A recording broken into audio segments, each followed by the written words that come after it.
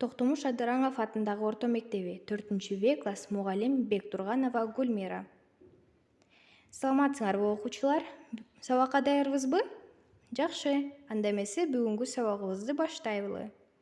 Темабыз — коронавирус. Балдар, сабактын максаты колду самындап тазалап жууп жана тазалыкты сактоо. Коронавирус. Вирус башка организмдердин тирүү клеткалардын ичинде гана көбөйүүчү кичинекей жугуштуу агент. Бактериялардан айырмаланып, клеткалардын сырткары чөйрөдө өспөйт. Вирустар медициналык изилдөө, эксперимент үчүн жаныбарлар жана өсүмдүктөрдүн организминде тирүү сакталган клетка менен жана тканда башка өстүрүлөт. Коронавирус деген эмне? Коронавирус өзүнө 30дан ашык вирусту камтыйт. Анда камтылган вирустар кеңири жайылган сасык тумоодон тарта оор курч респиратордук синдромго жана ичек-карындын оорушуна алып келет. Коронавирустар өзүнө бир чынжырлуу РНК молекуласын камтыган тоголок формадагы микроб. Анын тикен сымал сырткы чели таажыны элестетип турат. Илдет ошол себептен коронавирус деп аталат.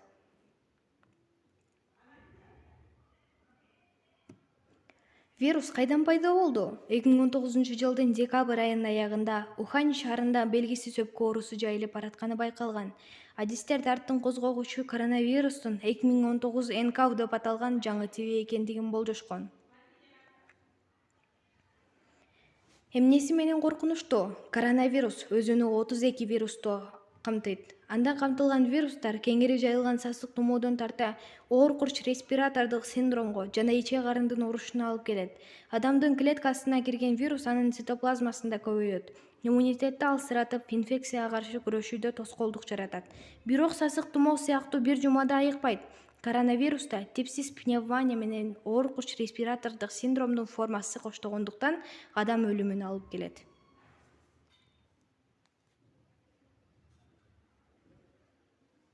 Илдеттин алгачкы белгилери. Коронавирус кадимки сасык тумоодой болуп башталышы мүмкүн. Жөтөл, дене табынын жогорулашы, дем алуунун оорлошу сыяктуу белгилер менен коштолот. Иммунитети төмөн же башка өнөкөт илдети бар адамдар арасында дароо оор формасына өтүп кетүү ыктымал бар экендиги маалымдалат. Дарттын дабасы иштелүүдө. Азыркы тапта вирустун белгилерин гана дарылоого мүмкүн. Ушуга байланыштуу оорудан өлгөн адамдардын саны өсүүдө. Американын окумуштуулары вируска каршы вакцина иштеп чыгууну көздөөдө. Бирок биринчи вакциналар баары туура болсо, 1 айдын ичинде чыгат, же болбосо 2020-жылдын аягында. Коргонуу чаралары көрүлүүдө. Саламаттыкты сактоо министрлиги кыргызстандыктарды тынчтыкка чакырып, чаң салууга себеп жок экенин билдирди. Анткени менен мекеме алдында ыкчам топ түзүлдү. Кир колуң менен жүзүңдү кармаба.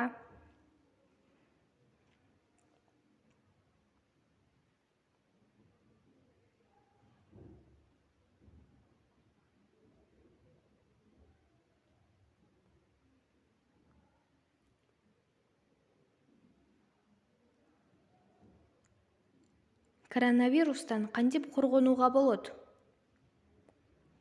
Жөтөлгөндө жана түшкүргөндө оозуңарды, мурдуңарды кагаз майлык же чыканагыңар менен тоскула. Ошондой эле кир колуңар менен бети башыңарды кармабагыла.